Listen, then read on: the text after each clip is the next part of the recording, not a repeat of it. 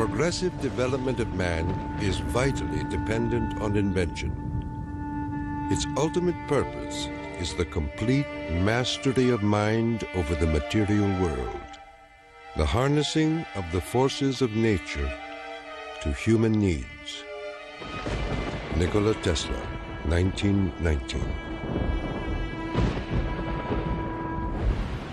This is the story of a modern Prometheus who changed the world with electricity.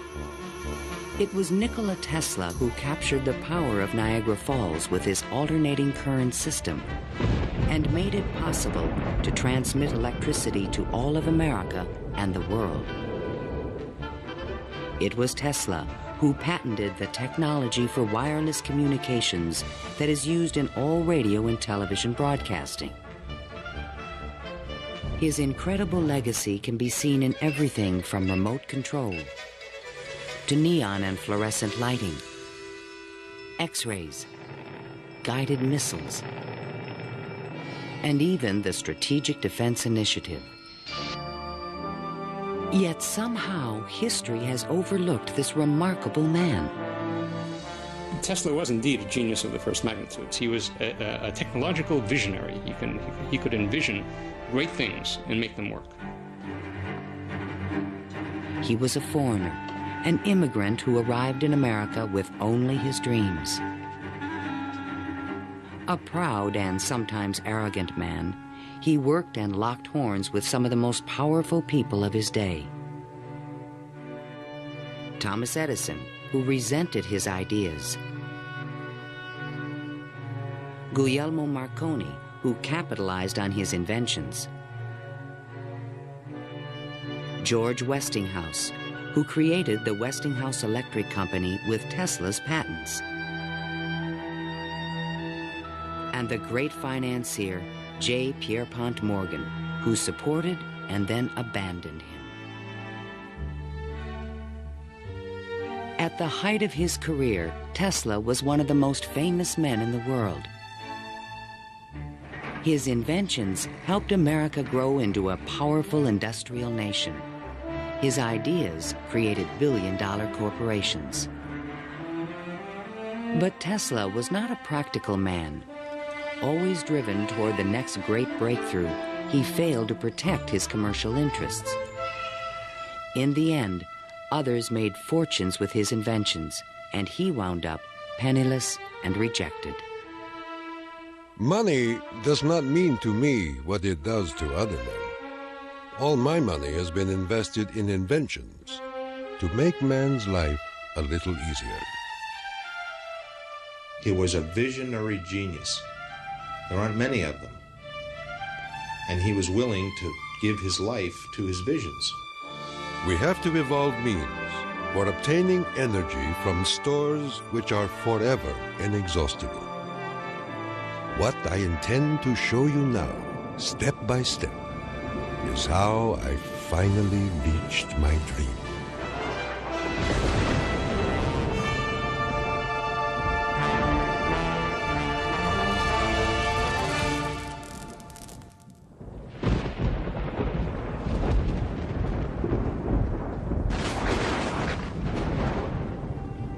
This is the house in which, by coincidence bizarre, I was born on the stroke of midnight between July 9 and 10, 1856.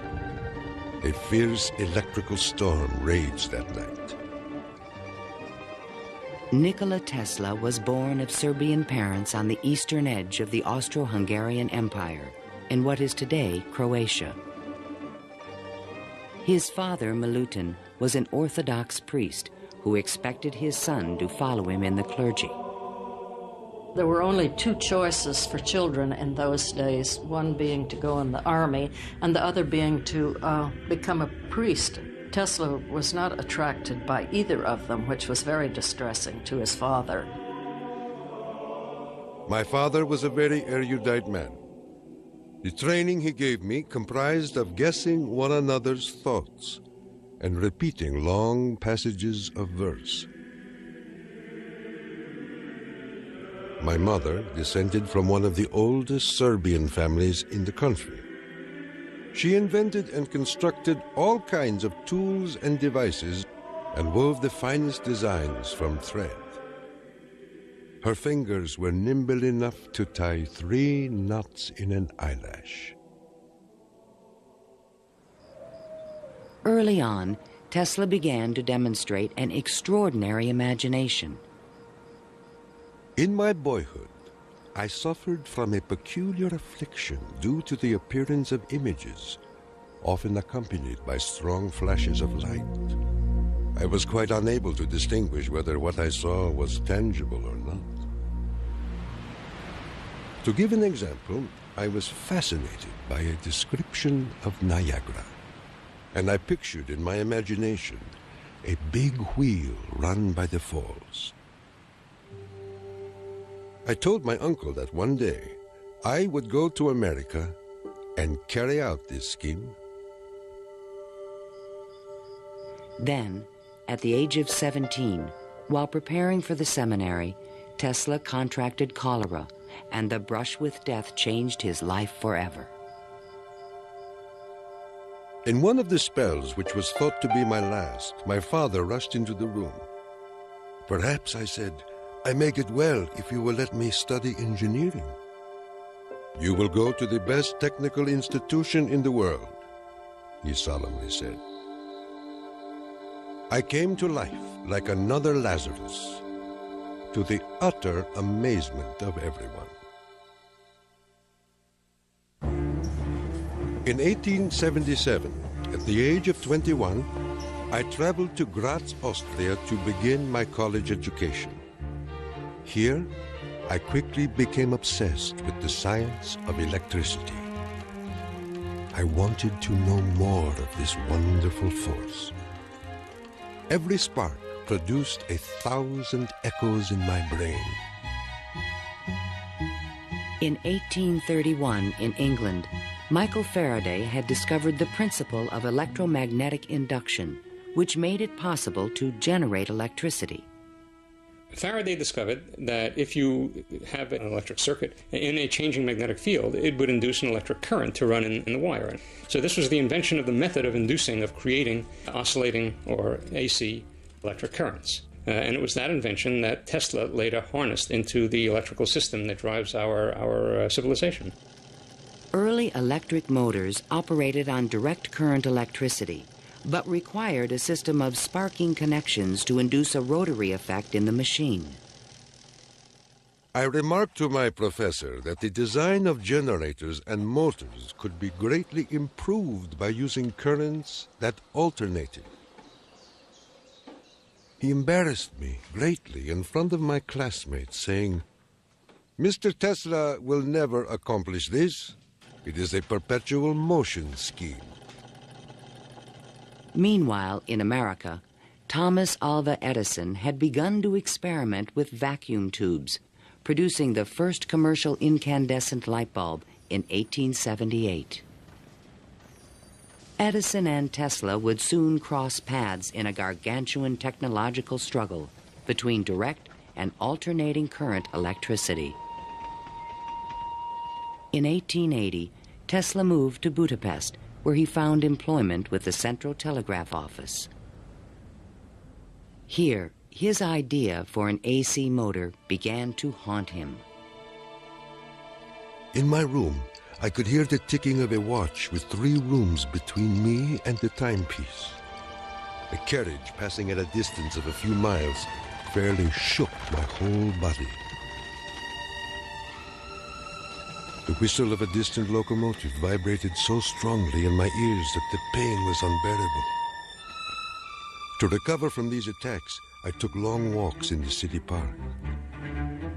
One afternoon, which is ever present in my recollection, the sun was just setting and reminded me of Goethe's glorious passage. The glow retreats. Done is the day of toil. Upon its track to follow soaring. As I uttered these inspiring words, the idea came to me like a lightning flash. I fell to my knees and drew a diagram in the ground. Tesla perceived a whirling field of energy. He suddenly knew he could recreate this rotating field by powering the coils of a motor in different steps or phases, like the pistons of an engine. The resulting forces of magnetic attraction and repulsion would literally twist the rotor in a circle, the electrical equivalent of the wheel. And all this was accomplished with alternating currents. It would soon turn the wheels of industry around the world. The strength of Tesla's mind was almost certainly in this sense of visualization, be able to see things move in front of him. You see, it was not a perpetual motion scheme.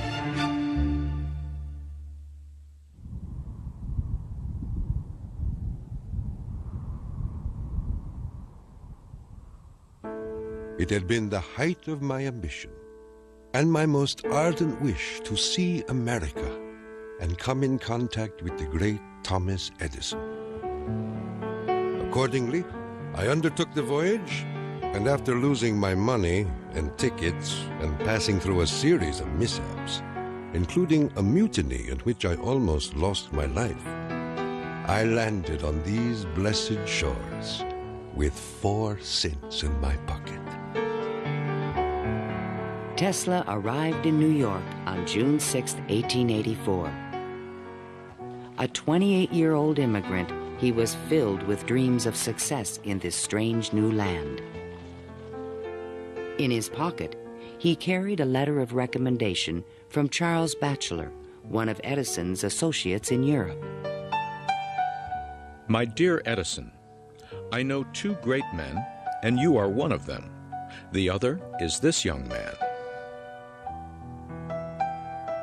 Tesla came to America because he had tried to get his alternating current motor produced in Germany, and I believe in France as well, without any success. And he realized that there was probably only one person in the world who could help him with it, and that was Thomas Edison.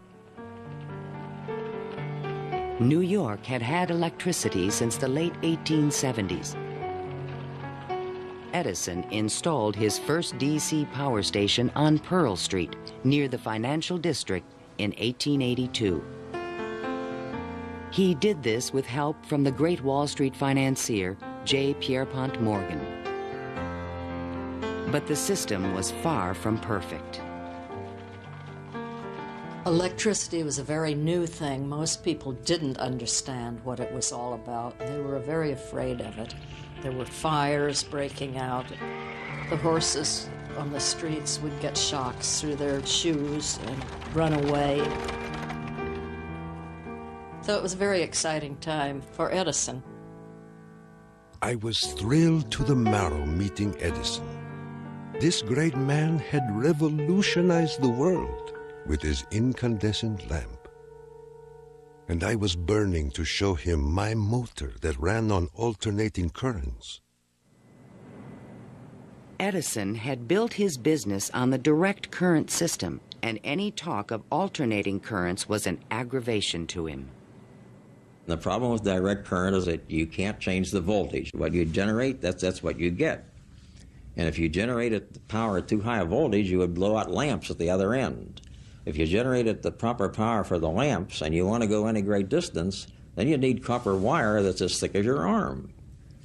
And the Edison people said, well, that's all right. We'll just have a power station every mile or so.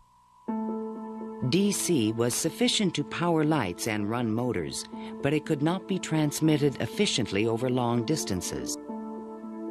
By raising and lowering the voltage, AC could solve the problem of distance, but a working AC motor did not exist. In spite of their differences, Edison hired Tesla to improve the performance of his DC generators. Tesla said he was promised $50,000 if he was successful. The offer seemed too good to be true. I entered the Edison Machine Works, where I undertook the design of DC dynamos and motors. My regular hours were from 10:30 a.m. till 5 a.m. the next day. When I completed the task, I went to Edison for payment, and he laughed. Edison was very amused by this. Said, "You just don't understand our American sense of humor, Mr. Tesla." So Tesla had had enough by that time, and he picked up his hat and walked out. Tesla paid dearly for his pride. I lived through a year of bitter tears and hard labor, digging ditches for Edison's underground cables. But he was still determined to develop his AC motor. With help from a group of investors, he opened a laboratory on Liberty Street, only a few blocks from Edison's offices. There, he began to assemble a prototype of the motor he had envisioned 7 years earlier. Along with it, he developed all the components of the system of AC power generation and transmission still used today. In May of 1888, Tesla was ready to unveil his motor to the world. The subject which I now have the pleasure of bringing to your notice is a novel motor which I am confident will at once establish the superior adaptability of alternating currents.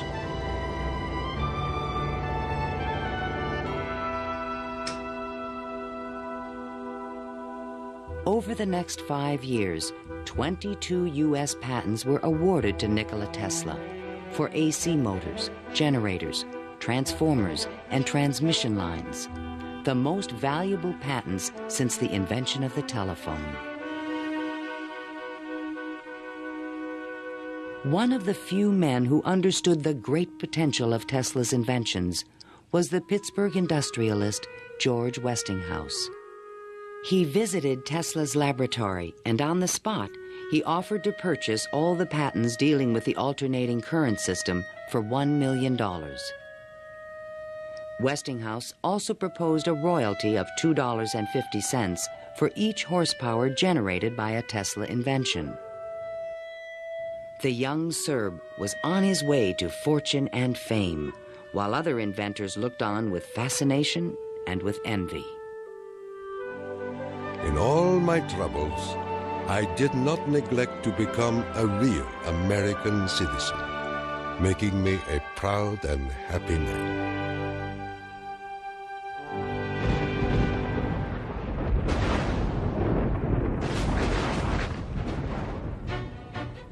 During the late 1880s, Edison began a negative media campaign to discredit the alternating current system of electricity being developed by Westinghouse and Tesla.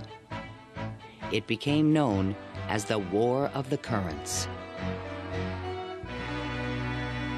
My personal desire would be to prohibit entirely the use of alternating currents. They are as unnecessary as they are dangerous.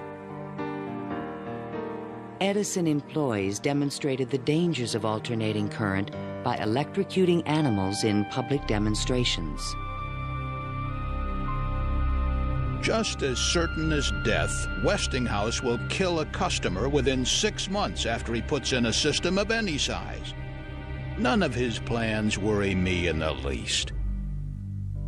An Edison associate suggested using alternating current as a means of executing criminals.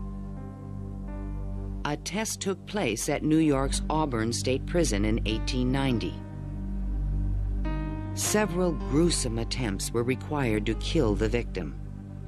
Disgusted witnesses claimed his spinal cord burst into flame. The infliction of the death penalty is not only barbarous and inhuman, but unnecessary as a factor in the scheme of modern civilization. The War of the Currents came to a dramatic head in 1893. The Columbian Exposition in Chicago was to be the first World's Fair lighted by electricity. The Edison Company, the Thomson-Houston Company, they all got together and formed General Electric Company, 1892. And one of the first things they did, of course, was put in a bid for the job at the fair.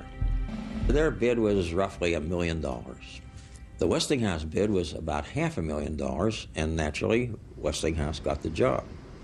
In retaliation, GE refused to sell Westinghouse any of their Edison light bulbs.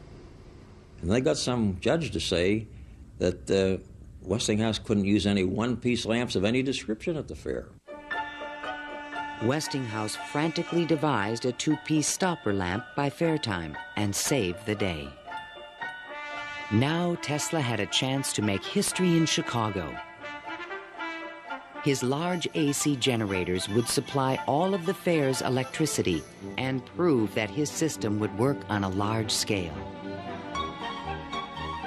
On May 1st, 1893, 100,000 eager spectators filed into the fairgrounds, awed by the gleaming neoclassical architecture. Night fell. President Grover Cleveland pressed a button, and the fairgrounds exploded with brilliant tube lighting and multicolored searchlights. The most incredible display of lighting the world had ever seen.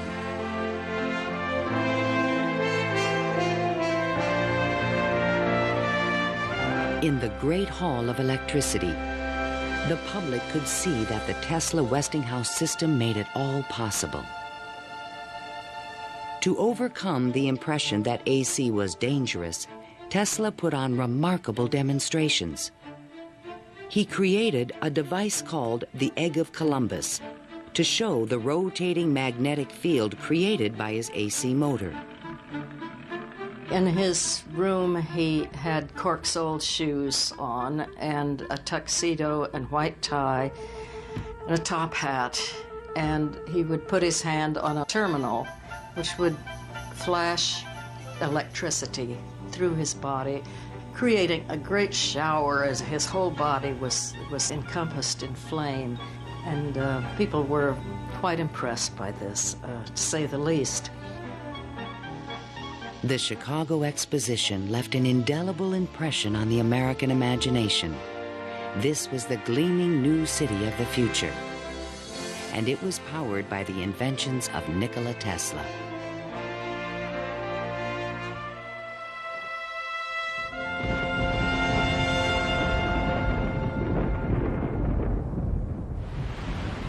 Since childhood, Tesla had dreamed of harnessing the power of the great natural wonder called Niagara Falls.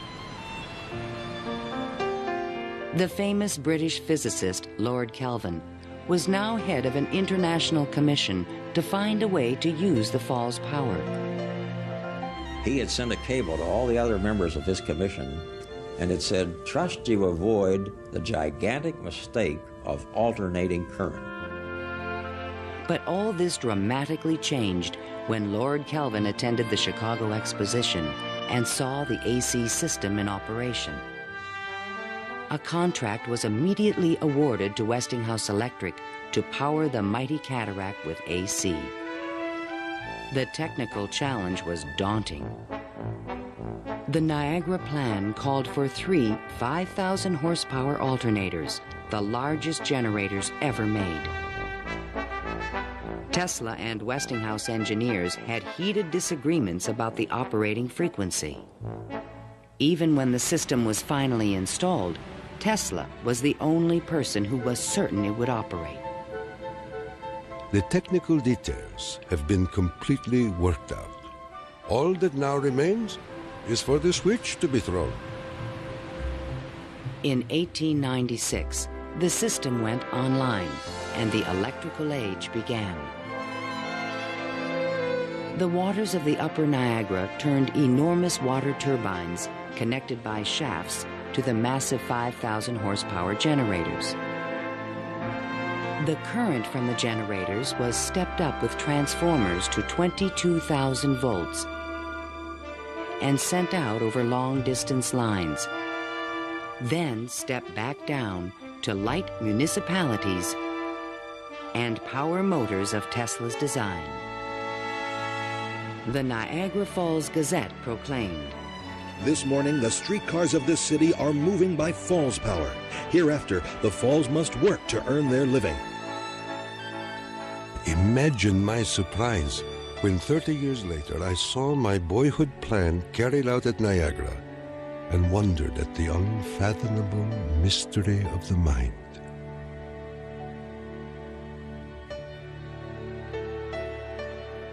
Within a few years, the number of generators at Niagara was increased to 10. By the turn of the century, the power lines stretched 360 miles to New York City. The War of the Currents was over, and Tesla was the winner. By the time Tesla effectively arrives on the scene with his motor, Edison is out of the business. He's basically written out of his own company. This was something Edison would not soon forget. In spite of the success of AC, Westinghouse had overextended his company's resources, leading to severe financial difficulties. In order to save the company, Tesla said that he tore up his royalty contract for $2.50 per horsepower generated. Today, this agreement would be worth trillions. Had the inventor been tricked again? This is something that we've never found any record of in the Westinghouse annals. We do have something which is a memorandum of agreement about that, but it was never signed. But Tesla was ready to move on. I had already perceived enough to get the idea that energy could be transmitted and received without connecting wires in between. He was convinced his next invention would make him a millionaire once more.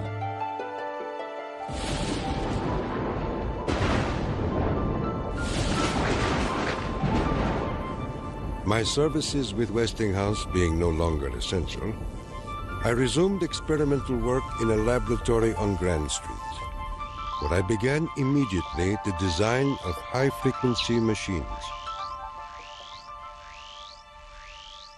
Following the success of Niagara, Tesla was at the height of social acclaim. Diapers can handle anything. We put them to the ultimate test. Dads, alone with their babies, at nap time, after a very full feeding. Can the leak stay locked through a long, milk-induced slumber? Grab a dad and see for yourself. How compared to Pampers Baby Dry, Huggies all-new Snug and Dry stops No more of this mysterious foreigner who was transforming the world with his electrical inventions. So far as personal appearance goes, no one can look upon him without feeling his force. His cheekbones are high and prominent, the mark of the Slav. His eyes are blue, deeply set, and they burn like balls of fire. Franklin Chester, the Citizen. Why was he so well known and so popular? It's because the technological advances that he made were so directly related to the relief of the drudgery that people had to endure in their work lives. They could see what he did helped them personally. Every evening, Tesla showed up at Delmonico's, the most expensive restaurant in town, to be shown to his special table. He is fanatical about his dress, usually sporting a fine waistcoat, white leather gloves, and a derby hat on his head.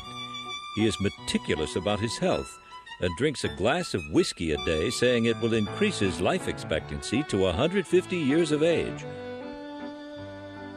Tesla hobnobbed with the leading politicians, millionaires, and celebrities of the era. This was the best way for independent inventors to find support for their projects. His friends were the New York elite: John Jacob Astor, William K. Vanderbilt, and the writer Mark Twain. I have just seen the drawings and description of an electrical machine lately patented by Mr. Tesla, which will revolutionize the whole electric business of the world.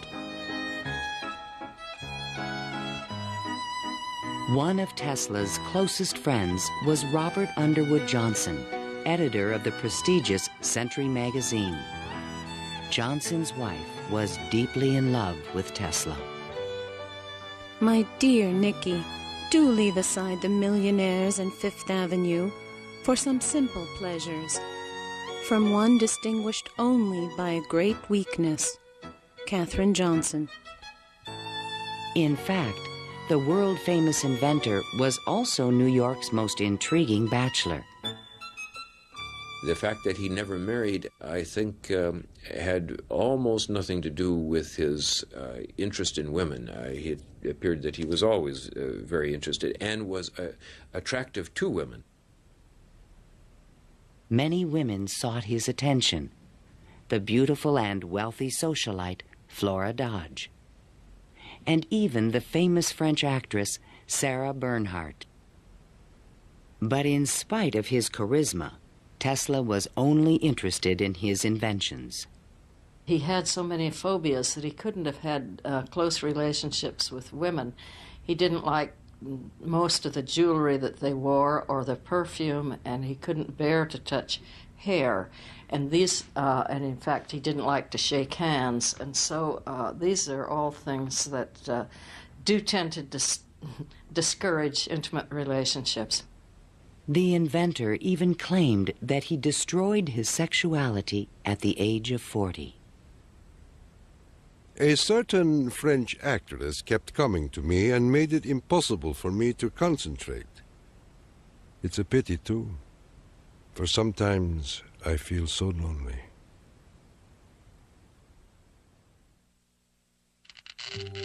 Throughout the 1890s, alongside his work on AC power technology, Tesla was also experimenting with high-frequency electricity. In 1873, James Clerk Maxwell in England had proven mathematically that light was electromagnetic radiation. Light was electricity, vibrating at an extremely high frequency. To explore this unknown world, Tesla invented a unique device, still known today as a Tesla coil. The Tesla coil is an instrument that can step up voltages to high voltages at high frequencies. That essentially transmits a radio signal. Tesla invited friends and potential investors to late-night demonstrations in his laboratory. In experiments, he would permit his guests to pass thousands of volts of electricity through their bodies to light a lamp or melt a wire in their hands. Mark Twain was always a willing subject. Thunder is good. Thunder is impressive. But it is lightning that does the work. Even today, it would be a little bit scary to go into Tesla's laboratory, and in those days when people didn't know anything about electricity, it must have been terrifying. With high frequencies, Tesla developed some of the first neon and fluorescent illumination. He also took the first X-ray photographs. But these discoveries quickly paled one day in 1890 when a vacuum tube illuminated in his hand without any wire connection. To me, it was the first evidence that I was transmitting energy through the air. This was the beginning of Tesla's lifelong obsession, the wireless transmission of energy.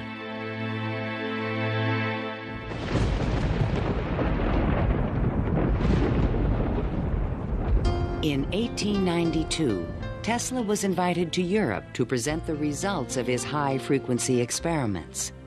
In London and Paris, he amazed scientists and engineers with lighting and electrical effects that looked more like magic than science. He also announced a remarkable new possibility. I would say a few words on a thought which fills my mind and concerns the welfare of all. I mean the transmission of intelligence and even power without the use of wires. I am becoming more convinced daily of the practicality of this scheme. The race for radio was about to begin. In 1888, the German physicist Heinrich Hertz had demonstrated that currents of high frequency emit electromagnetic waves, or radio waves, into space. But creating a practical means of wireless communication would require a quantum leap in imagination. Hertz created the first radio transmitter and the first receiver. He had showed that you could create an electrical signal in one place and detect it in another place with nothing in between. While in England, Tesla befriended Sir William Crookes, the discoverer of radiant matter. Crookes was a mystic and believed that human beings could communicate telepathically when they were attuned to high-frequency brainwaves. Tesla was skeptical, but one night in his bed he had a powerful and disturbing vision. I saw a cloud carrying angelic figures, one of whom gradually assumed the features of my mother. In that instant, a certitude, which no words can express, came upon me that my mother had died. And that was true. Tesla was convinced that he and his mother were tuned to the same frequency. His otherworldly experience would soon lead him to another revolutionary invention.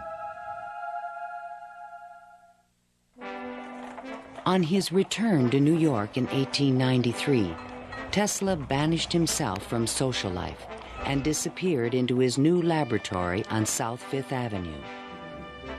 Following his uncanny intuition, he soon discovered that Tesla coils would transmit and receive powerful radio signals when they were tuned to resonate at the same frequency.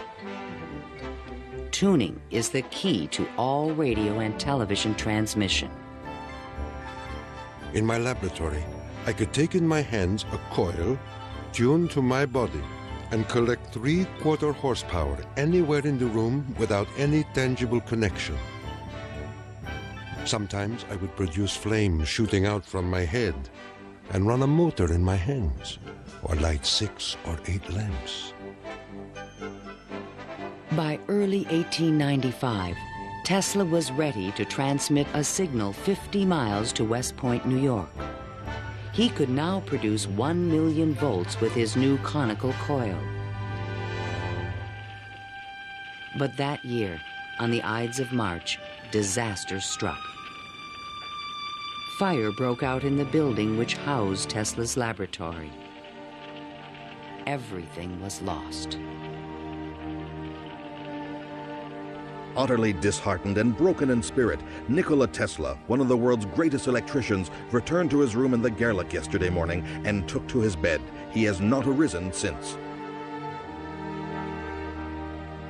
I was devastated. What could I say? The work of a lifetime lost in a fire that lasted only an hour or so. The timing could not have been worse.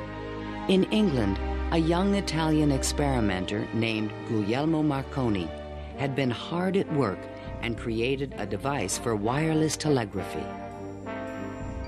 Concerned that Marconi would exploit his ideas, Tesla opened a new laboratory and rushed to complete his own system for wireless communication. This patent, filed by Tesla in September 1897, is the fundamental technology for radio. But it would be 50 years before Tesla got credit for his invention. Various people in various different countries had the idea of exploiting this as a means of communication. But I think Tesla was the one with the real vision, in which you would broadcast signals on a definite carrier frequency, and then you would have a series of antennas that were sensitive to one frequency only, tuned to a certain frequency, and would detect just one of these signals and make it an intelligible transmission. Once again, his vision describes the world that we live in.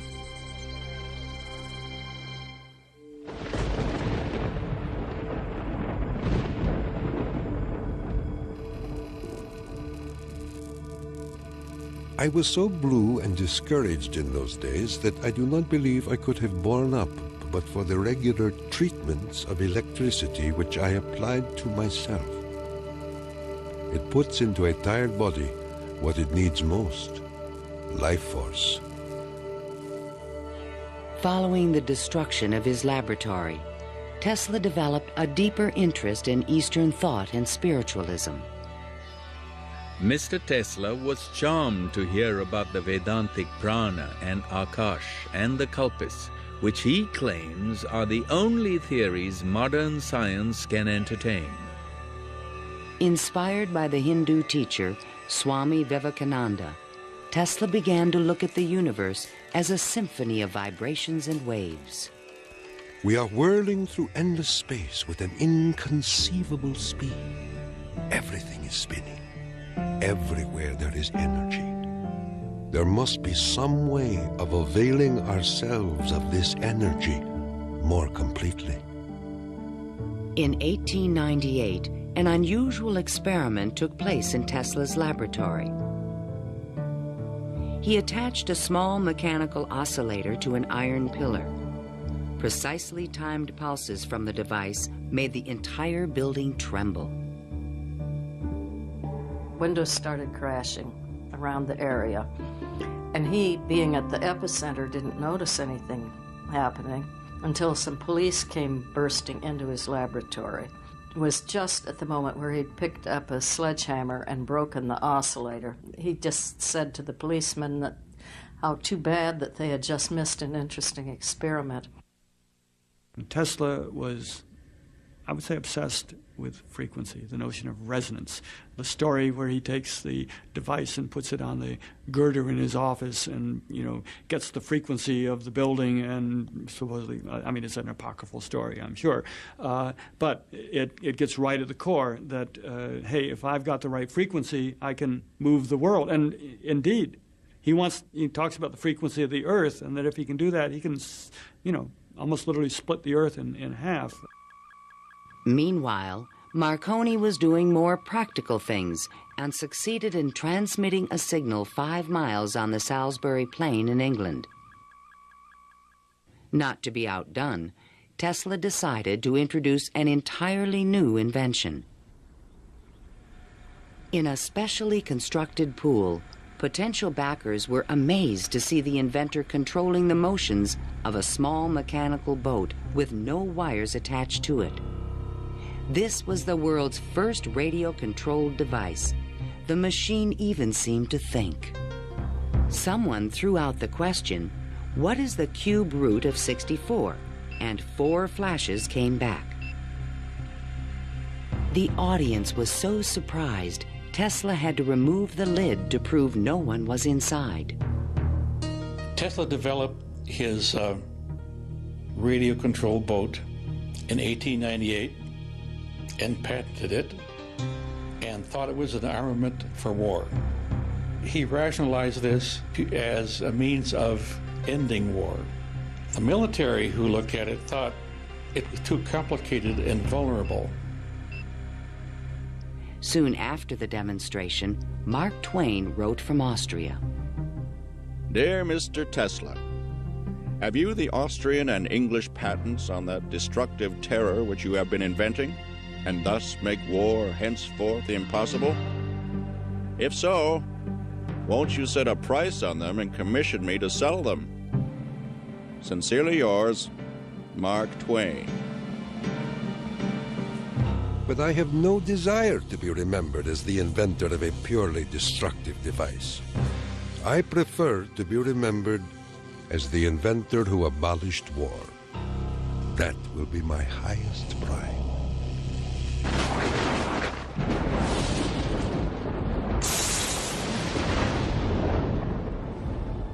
In the summer of 1899, Tesla moved to Colorado Springs, Colorado, to conduct a series of secret experiments. He told curious local reporters that he intended to send a wireless message from Pikes Peak to Paris for the Paris Exposition of 1900. But his plans were even more ambitious.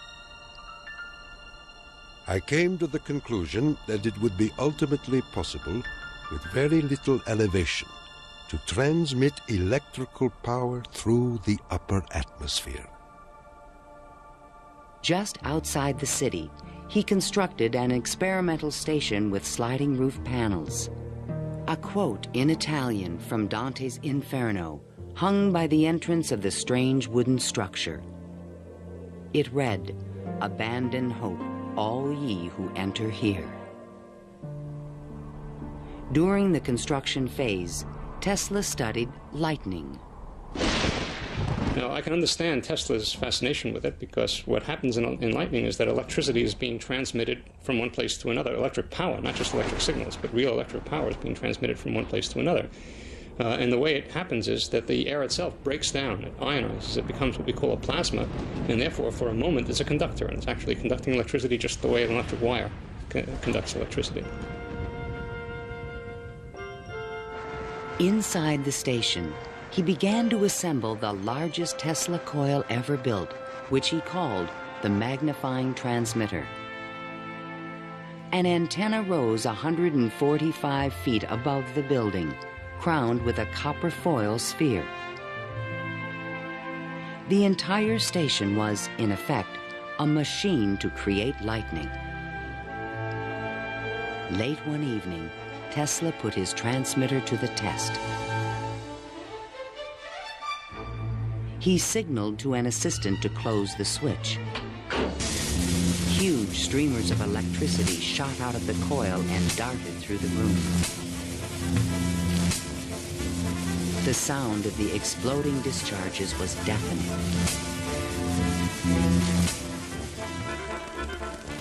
Outside, above the building, bursts of artificial lightning, more than 100 feet long, began to shoot out of the ball atop the antenna. Its thunder could be heard 20 miles away in the small mining town of Cripple Creek.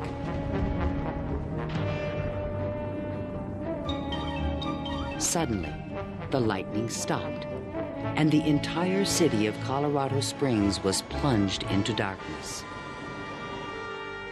The experiment had set fire to and destroyed the local power company's generator.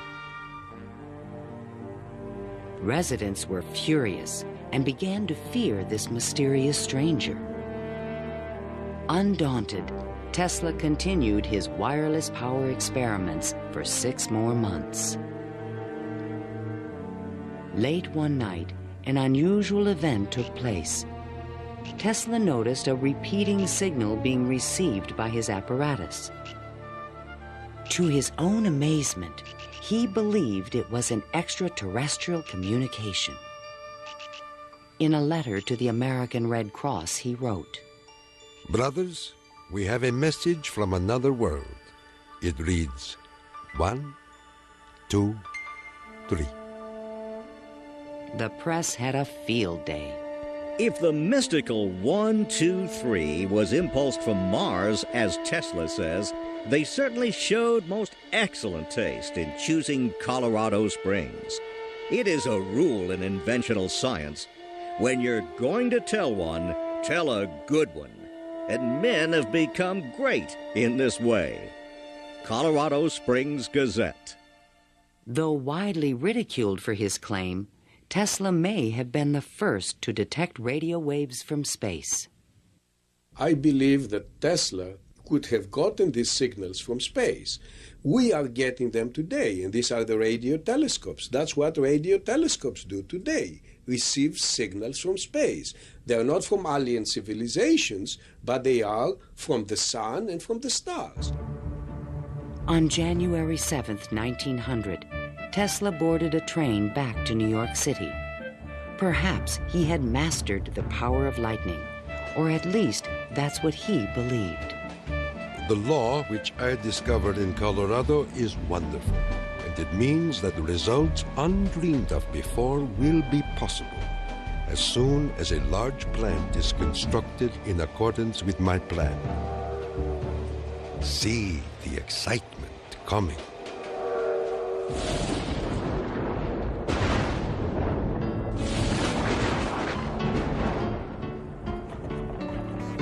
When Tesla arrived home, it was a brand new century. Electricity was fueling the tremendous growth of the city. And now, there was talk in the air about the new art of wireless communication. Marconi arrived in New York in 1900 to attract investors for his new company, Marconi America. He filed a U.S. patent for a system of wireless telegraphy, but it was rejected because it was similar to Tesla's invention. It became obvious, I think, to Marconi as well as to other experimenters of the time that the Tesla system was an efficient, powerful resonator that would produce electromagnetic waves that you could work with.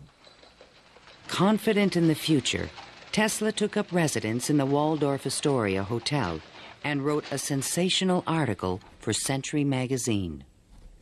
First, let us ask, what is the spring that drives all? All this energy emanates from one single center, one single source, the sun. In this detailed futuristic vision, he described a means of tapping the sun's energy with an antenna. He suggested that it would be possible to control the weather with electrical energy. He predicted that wars would soon be eliminated by machines. And to unite all nations, he proposed a global system of wireless communications. When wireless is fully applied, the Earth will be converted into a huge brain, capable of response in every one of its parts. It tells us about a vision he had for both power and communications, that he wasn't going to think small. He was going to think globally on this. And that's all very nice if it works. The idea of a global communications network was very appealing to one of the world's most powerful men, J. Pierpont Morgan. He agreed to invest $150,000 into Tesla's worldwide radio broadcast center. But the inventor's real plan was to transmit without wires industrial levels of electrical power. Tesla chose to keep this a secret from his investor. In the summer of 1900, Tesla moved to Shoreham, Long Island, and began construction of a huge tower and plant called Wardenclyffe. This Tower of Dreams was made entirely of large wood beams and rose 187 feet above the ground. The plant next to the tower was designed by the architect Stanford White and was constructed under strict secrecy.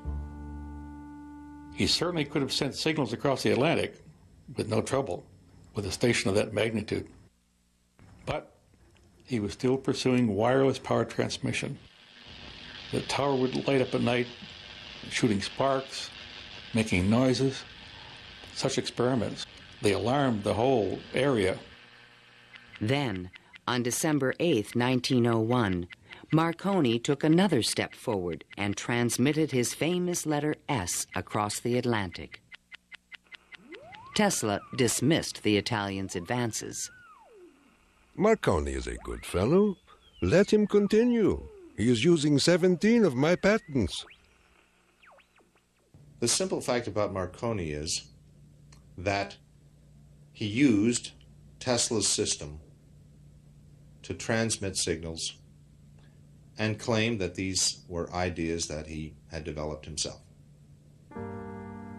Morgan began to doubt the wisdom of his investment. Marconi's system not only worked, it was also inexpensive. And technical problems were beginning to catch up with Tesla. He went back to Morgan again, asked for more money. Morgan says, "Where's the radio transmissions across the Atlantic? How's that coming along?" Well, it wasn't coming along. Tesla was forced to tell Morgan his real plan. What I contemplate and what I can certainly accomplish, Mr. Morgan, is not a simple transmission of messages, but rather the worldwide transmission of electrical power, a single plant of but 100 horsepower can operate hundreds of millions of instruments. But Morgan was a practical businessman and had already decided to back Marconi. I have received your letter, and in reply would say that I should not feel disposed at present to make any further advances. J. Pierpont Morgan. Word spread rapidly that the investor had pulled out of Wardenclyffe, and Tesla was financially ruined. Late one night in 1903, the residents of Shoreham were astonished to see bright light emanating from the tower and an effect in the air like the aurora borealis. But in fact, Tesla could not transmit wireless power.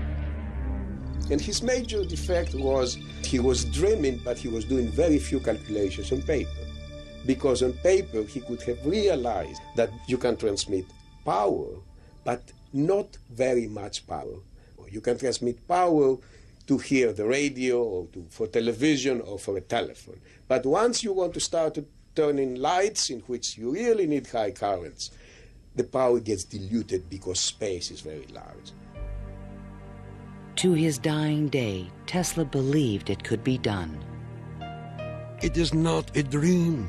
It is a simple feat of scientific electrical engineering, only expensive. Blind, faint-hearted, doubting world.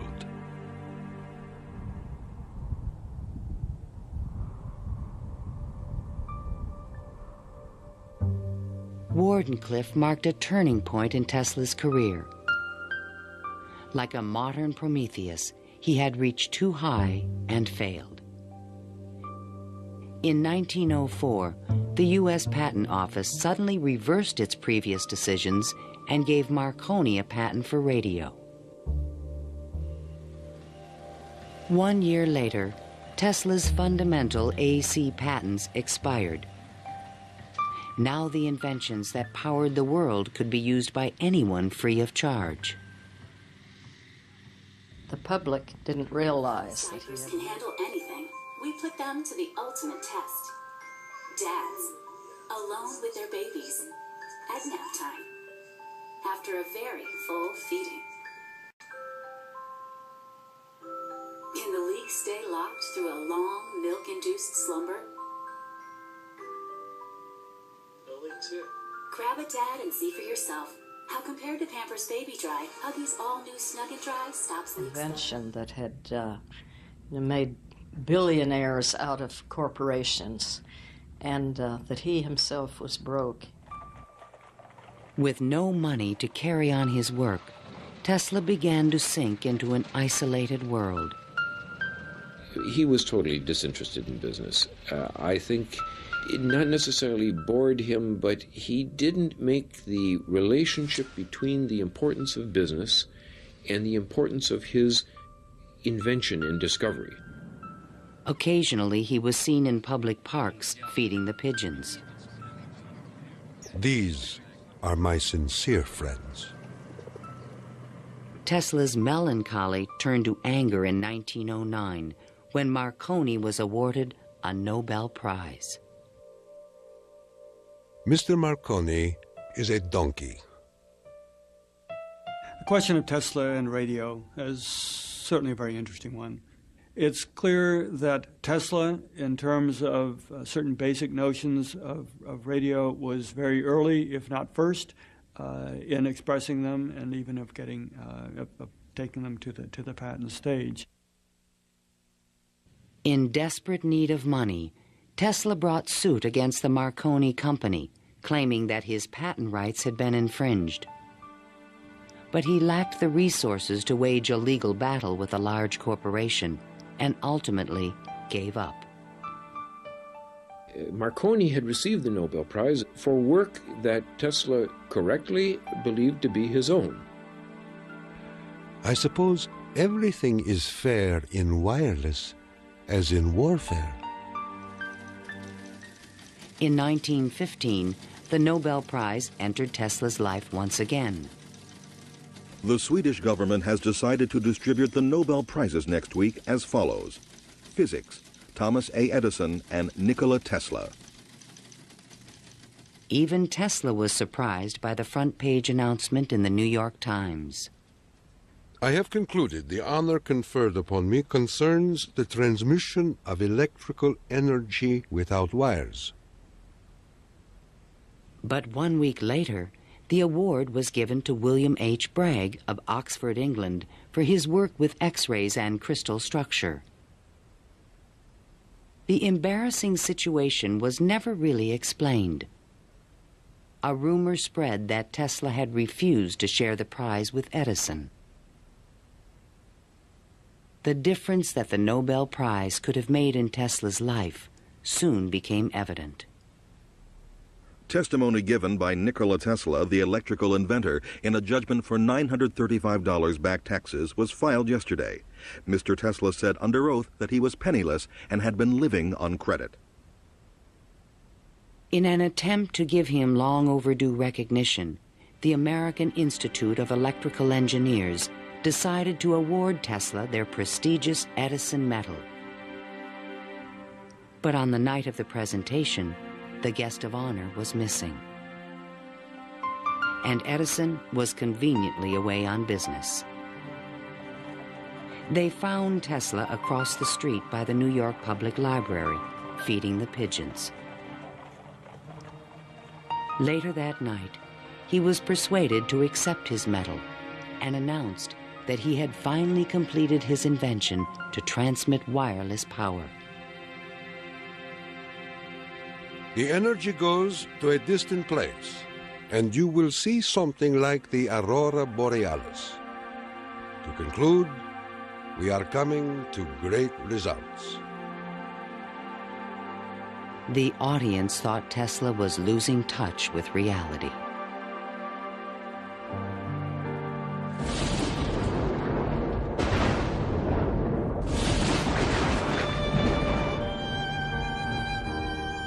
I refuse to accord to some small-minded and jealous individuals the satisfaction of having thwarted my efforts. These men are nothing more to me than microbes of a nasty disease. Well, by that time, you know, Tesla had ceased to have any financial means. He was virtually dependent on being helped by hotels and people that he knew.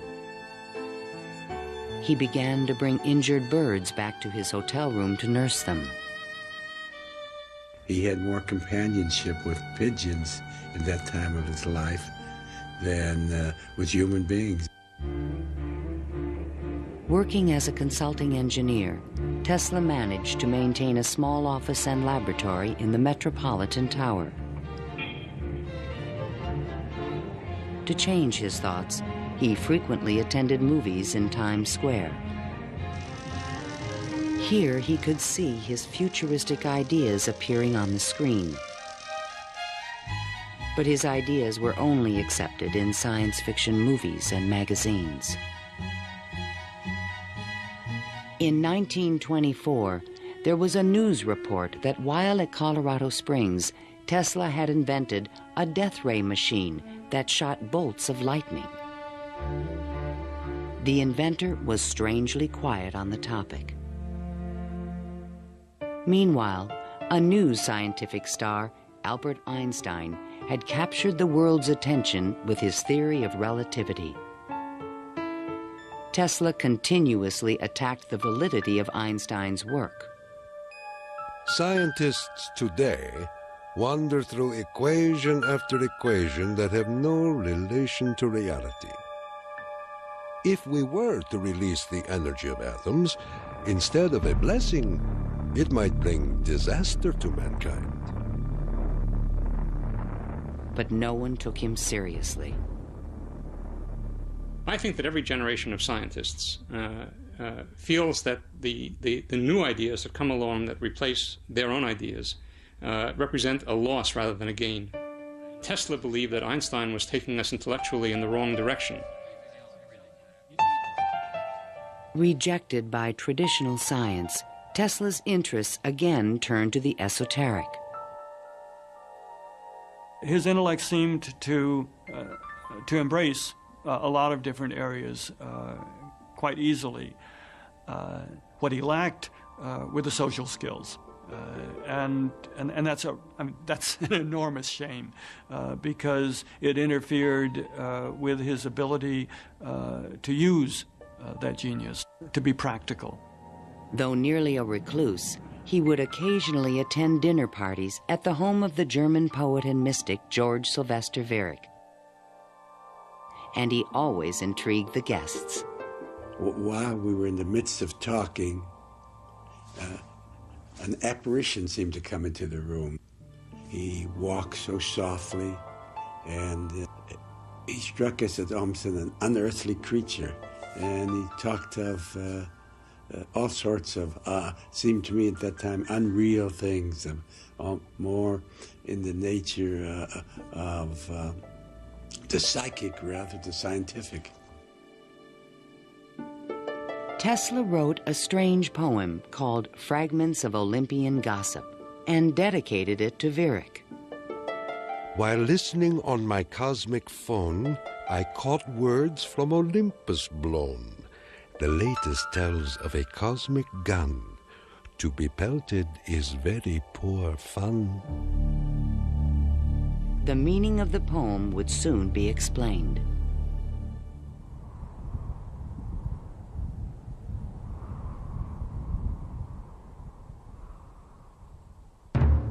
I inherited from my father an ineradicable hatred of war. But war can be stopped, not by making the strong weak, but by making every nation, weak or strong, able to defend itself. Thomas Edison, America's best-known inventor, died in 1931. That same year, Tesla came back to life. His friends threw him a 75th birthday celebration. Time magazine put his picture on the cover. Letters of admiration poured in from scientists around the world, including a generous Albert Einstein. I congratulate you for your great success on your lifetime task. Basking in the attention, Tesla announced at a press conference that he had discovered a completely new source of power. The idea, when it first burst upon me, was a tremendous shock. And let me say that it has nothing to do with releasing so-called atomic energy. I think that a lot of the proposals that he made in his later life were so esoteric as to be impractical in that time and even in the current time. When the Nazis rose to power in Germany, Tesla decided that the time was right to reveal his new source of power, a man-made form of lightning called teleforce that could shoot an airplane from the sky. Nikola Tesla, electrical wizard and radio pioneer, announced that he was working on a machine to create a powerful electrical death beam which could wipe out armies in a flash and destroy huge fleets of ships or planes. The concept of using lightning bolts as a weapon certainly is millennia old. It goes back at least to the ancient Greeks. Think of Zeus throwing lightning bolts. The main contribution that Tesla had was to come up with a true scientific, rational, at least concept of coming up with controlling these lightning bolts and projecting them over long distances.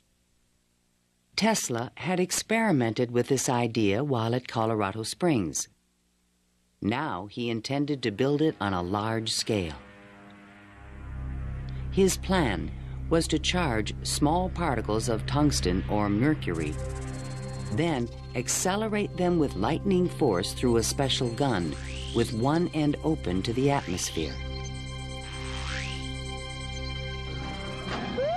Tesla's death beam stirred the public's imagination when it was featured in a Superman cartoon, the electro-euthanasia ray.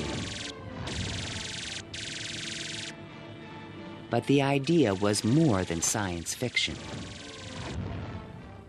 Tesla tried to sell this concept to various governments, England, the Soviet Union, and the United States, all Allied powers, and against Germany.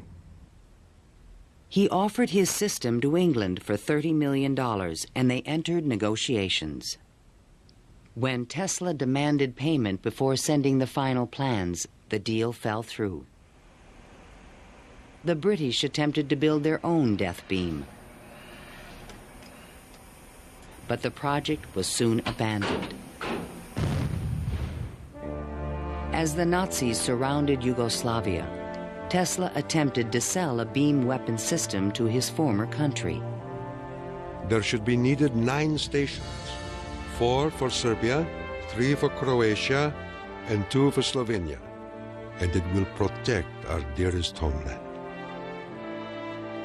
At this point, even Tesla's countrymen thought he was just a crazy old man. One day in 1937, Tesla started out from his hotel room to feed his pigeons. Suddenly, a few blocks from the hotel, he was hit by a taxi and thrown to the ground. 3 of his ribs were broken. He was 81 years old. Remembering what he did for their company, Westinghouse executives agreed to pay his room and board for the rest of his life. The inventor also received a small stipend from the Yugoslav government. During the Christmas season of 1942, Tesla's death was imminent. Again, he attempted to interest the United States in his beam weapon concept. At the recommendation of 2 government engineers, a meeting of high-level officials was scheduled at the White House for January 8, 1943, to consider his plans. But the meeting never took place. Nikola Tesla, inventor of the Tesla coil, the induction motor, and hundreds of other electrical devices, died last night in his suite at the Hotel New Yorker. On last Thursday night, here in our city of New York, a man who was 87 years of age died in his humble hotel room. On January 10, 1943, Mayor Fiorello LaGuardia of New York paid tribute to Tesla on the radio. He died in poverty, but he was one of the most useful and successful men who ever lived. Were we to eliminate from our industrial world the result of Tesla's work, the wheels of industry would cease to turn, and our electric trains and cars would stop. Our towns would be dark, our mills and factories dead and idle. But Tesla is not dead. The important part of Tesla lives in his achievement, which is great and integral part of our civilization, of our daily lives, of our current war effort. Ironically, only 5 months after Tesla's death, the United States Supreme Court declared elements of the Marconi patent invalid. The decision confirmed Nikola Tesla's patent priority for the fundamental technology of radio.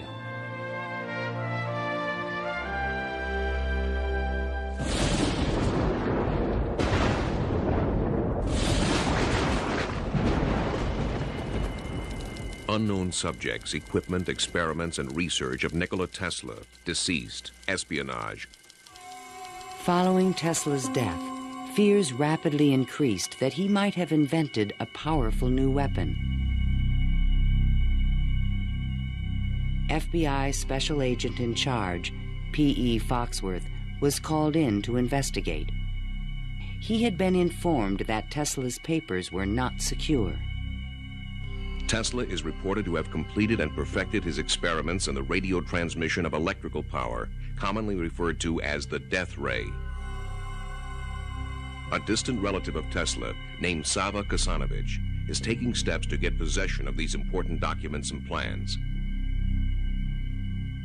Tesla's nephew, Kosanovich, was an up-and-coming Yugoslav diplomat with suspected connections with the communists. He insisted that his uncle's effects be returned to Yugoslavia. Kosanovich had asked the locksmith to come and open the safe, thinking there might be a testament, a will, in the safe. A will was never located. And there was a lot of talk then about secret weapons and negotiations with the USSR. There was all kind of talk, you know. Shortly before his death, Tesla showed a delivery boy a box in his room that he said contained a powerful weapon. A number of people call me and ask me, did I see in the hotel room a certain kind of a box, you know? They were looking for some secret contraption that Tesla had invented. I never saw anything like that. The U.S. Office of Alien Property immediately seized all of Tesla's possessions until their ownership could be established. There's every evidence that they did look through all his papers, because the papers were not in order and certain things were missing. All his technical papers on beam weapons were secretly microfilmed by U.S. military agents. On August 6, 1945, the first atomic bomb was exploded on Hiroshima, Japan. Soon after, the bomb would be in the Soviets' hands. During this period, copies of Tesla's papers on the beam weapon were shipped to Wright Field in Dayton, Ohio. There, a top-secret research program began called Project Nick to find a defense against nuclear missile attack. Copies of some of his papers were sent to Wright-Patterson in 1945, not to my facility, not even the predecessor of my facility, but to another part of the base for analysis. And then they vanished. Nobody seems to know what happened to them. In 1952, Sava Kasanovich obtained permission from U.S. authorities to return Tesla's estate, still stored in New York, to the inventor's homeland. I personally believe that the U.S. government may have overlooked some things of value in the Tesla papers before they were released to the Yugoslav government. A Tesla museum was opened in Belgrade by Yugoslavia's president, Marshal Tito. But during the Cold War, the museum was off limits to Western scientists and scholars. Then, in 1960, Soviet Premier Khrushchev announced that the USSR had developed a powerful new weapon. There was concern in the U.S. that the Russians may have access to Tesla's missing papers on beam weapons in Belgrade and elsewhere. It's possible that these papers on the particle beam weapon were obtained by the Soviet Union, but it wasn't the only copy. In other words, I think that the United States has always had Tesla's papers on particle beam weaponry. An American beam weapon program began at Lawrence Livermore Laboratories, but engineers could not produce an effective directed energy weapon. I've always been a sort of a fan of Nikola Tesla, an admirer, and definitely he had the concept of a charged particle beam weapon back in the 1930s. I haven't a clue, to be quite honest, how he meant to actually do it. In 1978, evidence suggested that the Soviets were attempting to build a huge beam weapon near Semipalatinsk in the Ukraine. Soon after, President Ronald Reagan announced the Strategic Defense Initiative in March 1983. I call upon the scientific community in our country, those who gave us nuclear weapons, to turn their great talents now to the cause of mankind and world peace, to give us the means of rendering these nuclear weapons impotent and obsolete. Tesla's concept for a beam weapon defense shield was finally taken seriously by the United States to combat the destructive threat of atomic weapons. In spite of circumstantial evidence, there is no direct proof that Tesla's ideas or plans were used in the Strategic Defense Initiative. And even today, after decades of investment and research, scientists still disagree on whether beam weapons are realistic. Basically, let me just make a short statement. That's all I'm really at liberty to say, is that a considerable amount of effort has taken place in the United States and in a number of other countries trying to get these things up to a real weaponizable status. Let me stop at that point. No U.S. government archive has any record of Tesla's technical papers, which were copied immediately after his death. And what has become of Tesla's great dream to transmit electrical power without wires? This is the Navy and Air Force High Frequency Active Auroral Research Program, or HAARP, in Gakona, Alaska. The large antenna array is designed to beam high-energy microwaves into the ionosphere. Tesla was a genius because way before anybody knew or even understood the physics of the Earth and what we call today the ionosphere, which is a layer of ionized particles about 80 kilometers above the Earth, he conceived it. And he tried to use it to produce a variety of new concepts.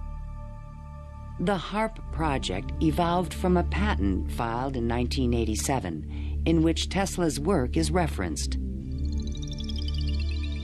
It proposed using the ionosphere like an enormous electrical circuit to transmit power around the planet. It even described a means of changing the weather by superheating portions of the upper atmosphere with microwave energy. Tesla proposed that it might be possible to modify the weather by using radio waves. I believe that this is impossible. Ionospheric modification is still in its early experimental stages, but microwave technology has already made it possible to transmit wireless power with the use of satellites. We go to Alaska, and in Alaska there is natural gas. In order to send it somewhere, you have to create a pipeline. That's very expensive. So we said, all right, let's go into Alaska, create microwaves from the natural gas, send them to a satellite at a particular geosynchronous orbit, put a reflector there, and send it to Japan. And in Japan now, you get the antenna, which transforms these microwaves into 60 hertz, and you get electricity. So you make essentially Tesla's dream. The scientific man does not aim at an immediate result. He does not expect that his advanced ideas will be readily taken up. His work is like that of the planter for the future. His duty is to lay the foundation for those who are to come and point the way. He was special. I mean, he was unique. He was unusual in all sorts of ways. And if we are to understand our own creativity, our own ability to invent, there's an awful lot to be learned by studying the way in which he created. The day when we shall know exactly what electricity is will chronicle an event probably greater, more important than any other recorded in the history of the human race.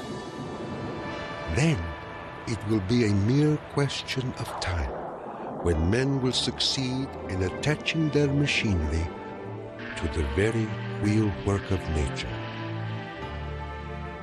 See the excitement coming.